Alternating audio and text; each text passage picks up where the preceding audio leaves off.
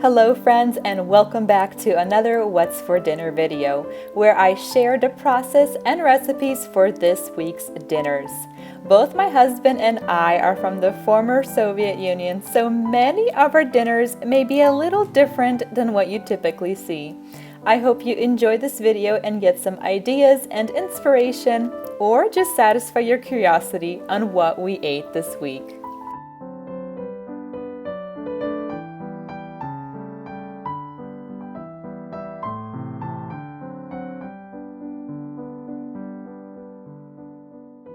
On Sunday we had potato pierogi, or vareniki like many people call them, and I make these from scratch and I use the same dough as I use for my beef pelmeni, which I have shared in a previous video. Into my stand mixer bowl, I just add 1.5 cups of water, 4 eggs, 2 teaspoons of salt, and I just mix it all together. And afterward, I'm just going to work in 6 cups of flour, and I just work with 2 cups at a time.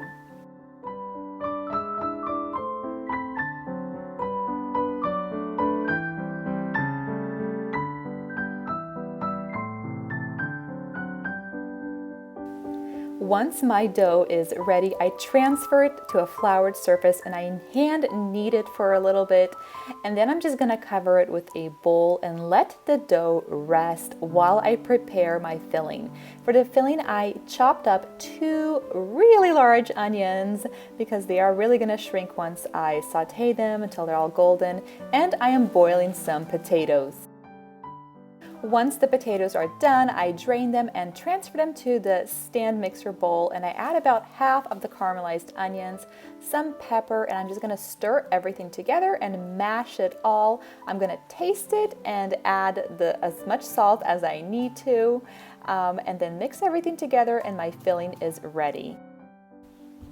I work on little sections at a time. I just cut off maybe like 1/6 of the dough and I roll it out nice and thin, and I'm going to cut little circles with these biscuit cutters that I got from Target, from the Hearth and Hand line, and this is the smallest one that comes in the package, and they make perfect round shapes that I need. And here's my little helper helping. She loves to play with dough.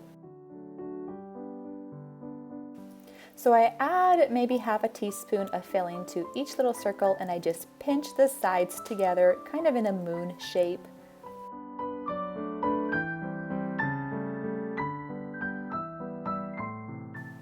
I lay them all out on a floured tray, and my freezer actually fits this tray, so I slide the tray into the freezer, I freeze them all, and then I put them into Ziploc bags. Now to cook them, I just boil some water and I throw them in and simmer for about 13 to 15 minutes. Then I drain them and put them in a large bowl and toss them with some butter and pepper. I love to serve these with the remainder of the caramelized onions and some sour cream, and I always like to make a salad for the side just because this is a very high carb meal, and my kids just get some cucumbers and strawberries.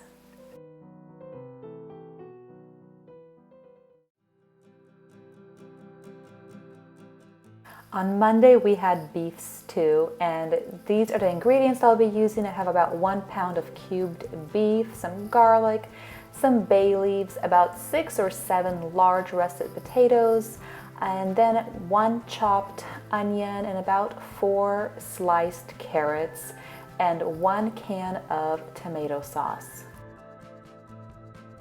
So I'm starting off by browning my meat in some oil, and I always like to season my meat before it starts browning, so some salt and pepper. And I'm going to brown that, and while the meat is browning, I'm going to prepare the potatoes. I just peel them all and slice them kind of into half wedges like so. Once my meat is browned, I'm adding the onions and carrots, and I'm going to saute that, and once the onions and carrots are softened, I'm going to add the crushed garlic. I'm using about 5 cloves here, and just going to saute it for about maybe 30 seconds before I add the tomato sauce. Next, I am adding 8 cups of water, and I'm going to add 2 bay leaves and some salt and pepper and bring the pot to a boil.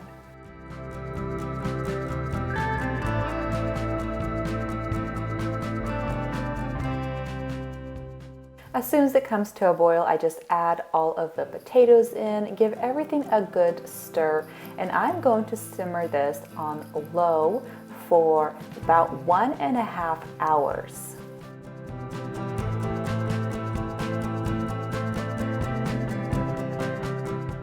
So it's been a little over 1.5 hours, and this is what the stew looks like. As you can see, there is still a lot of liquid, but we do love it because we kind of mash up the potatoes when we eat it, and we also eat it with some bread. It's so delicious and so hearty and filling. On Tuesday, we had beef yakisoba noodles, and this is not my recipe, so I will link it down below. And instead of the yakisoba or the lo mein noodles, I am actually just using fettuccine because that's all I had. I'm starting with browning the meat, which I sliced into kind of stir-fry pieces, and then I'm gonna make the sauce.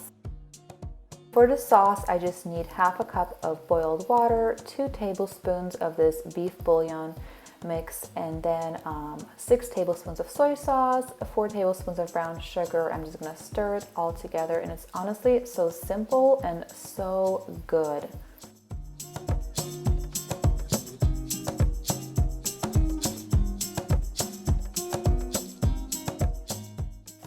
After the meat is cooked, I'm going to remove it into a separate bowl, and I'm going to cook the veggies.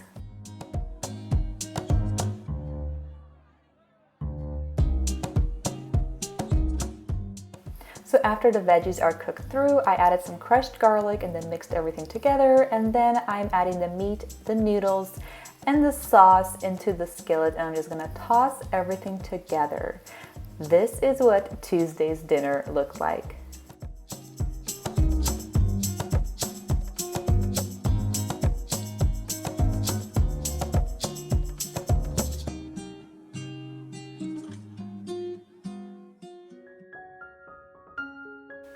On Wednesday, we had creamy chicken tenders, which has been a family favorite for so many years. I actually doubled the recipe. I will link the recipe down below. I'm using 2 packages of chicken tenders, some garlic, mushrooms, some heavy cream, and I'm going to be using this brown rice medley, which I'm going to serve the chicken tenders over, but you can also use pasta or mashed potatoes. So I'm starting by browning the chicken. So I'm just putting some oil into a large skillet, and I'm seasoning my chicken. I'm just using salt, pepper, and paprika. Those are my 3 staples on almost every single meat that I cook.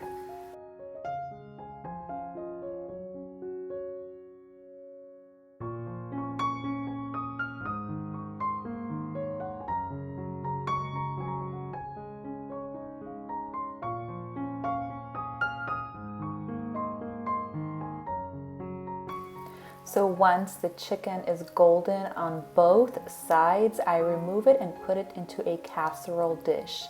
And then after all the chicken has been cooked, I am going to add some butter into the skillet and saute the mushrooms. Mushrooms are not in the original recipe, but honestly, it's so good in this recipe, and I always add them now.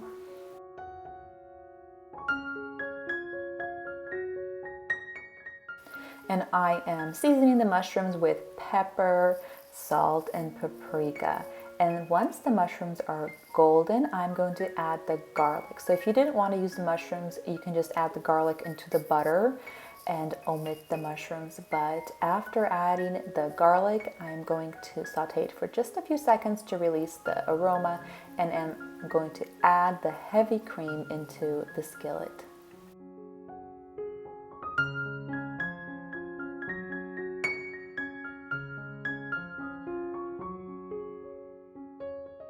I'm going to add some oregano and some basils into the sauce and bring it to a simmer.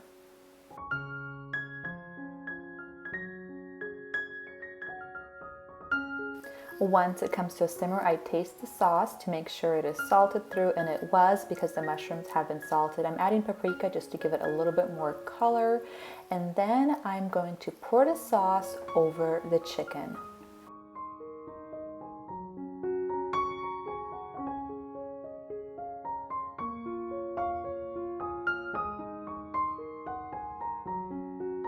I'm going to cover the casserole dish with foil and bake it at 350 for 1.5 hours. You heard me right, 1.5 hours. The chicken is going to be incredibly tender when it is done. And here I'm just cooking some broccoli as a side and the rice. So we just served this chicken over the rice, and it honestly is so good and so creamy and just falls apart. That is what Wednesday's dinner looked like. On Thursday, we just had pizza night. On that day, my kids started a new homeschool co-op, and we didn't get home until around 1:30 in the afternoon. And afterwards, I had to run some errands and pick up some groceries. So I just picked up some take and bake pizza, a veggie one for me and my husband, and a large cheese for my kids, and I made a salad. That was Thursday's dinner. On Friday, we had beef pilaf, or you can say plov. This is an Uzbekistan dish. I'm using about 1.5 pounds of boneless short ribs for my meat. I am using 1 large onion, about 3 julienne carrots, 1 can of garbanzo beans, and 2 cups of jasmine rice, and my oil of choice is sunflower oil.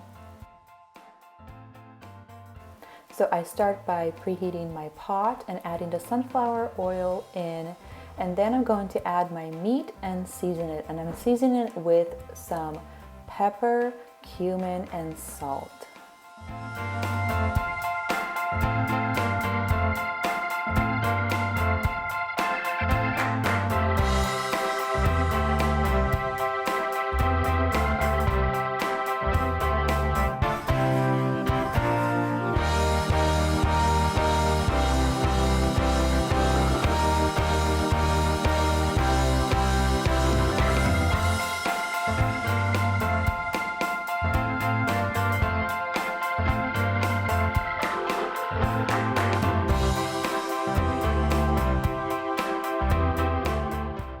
So I'm just going to brown the meat, and once the meat is browned, I'm going to add the chopped onions, and I'm going to continue stirring that.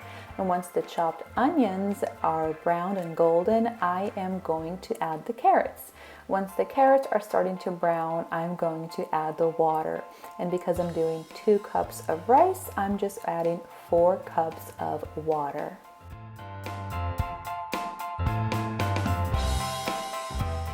So to 2 cups of rice, I add 2 teaspoons of salt and of course some pepper, and I'm adding my drained can of garbanzo beans, stirring everything together and bringing it to a boil.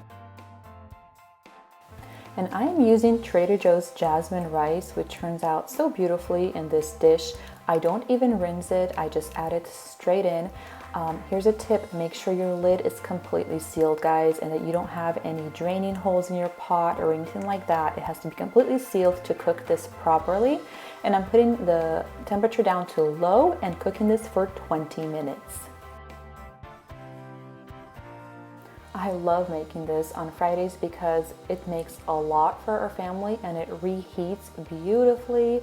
I love eating this even the next day with some hot sauce on it. Oh my gosh, it's so good. Once the 20 minutes is up, prop the lid open and take it off the heat to cool down. I also made some beef egg rolls to go with dinner. I'm starting off by preheating a skillet, and I'm going to saute or brown some ground beef, and I'm just using about 1 pound that is in this package, and of course season it with some pepper and salt and just breaking it all up and browning the meat.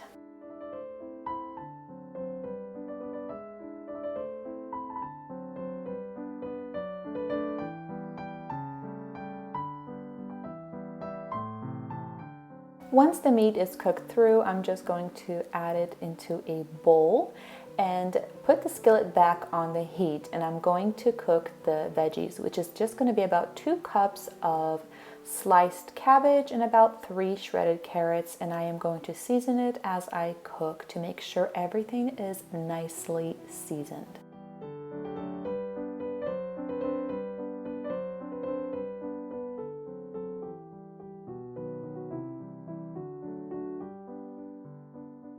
Once the veggies are cooked, I just add the meat and toss everything together. You can also taste this to make sure it's seasoned to your liking.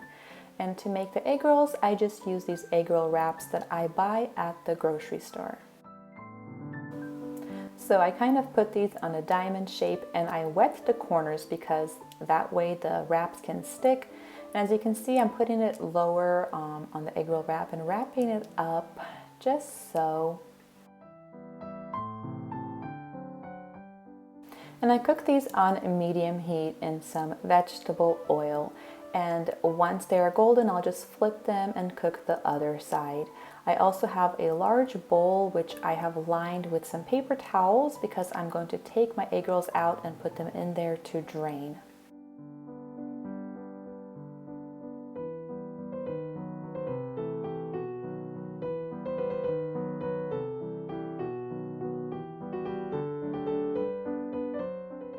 Now, it wouldn't be Friday without dessert in our house. I'm starting off by making 7-layer bars. These have been a family favorite for many years. It's just a bar recipe with 7 ingredients, and it's incredibly easy.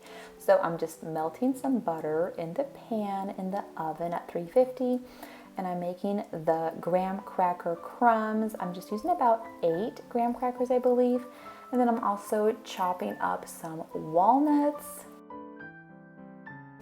Once the butter is melted, I remove it, and then I'm going to just sprinkle the graham cracker crumbs right over and make sure it's covering all of the butter.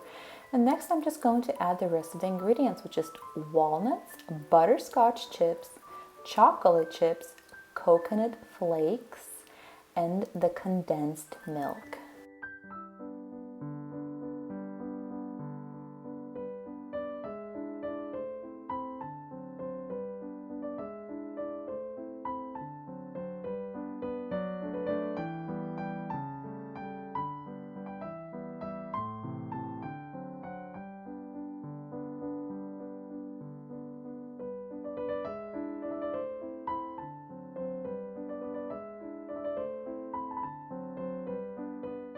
I'm going to bake this at 350 for 20 minutes. Oh my gosh, so good. And I leave it to completely cool before I slice them into bars. Next, I am making one of my absolute favorite Russian cookies, and these are walnut cookies filled with dolce de leche or caramel. So as you can see, these cookie halves and the dolce de leche are both from the European market. And as I'm just putting some caramel inside each half, and I'm going to add a chopped walnut inside and just kind of seal it like this.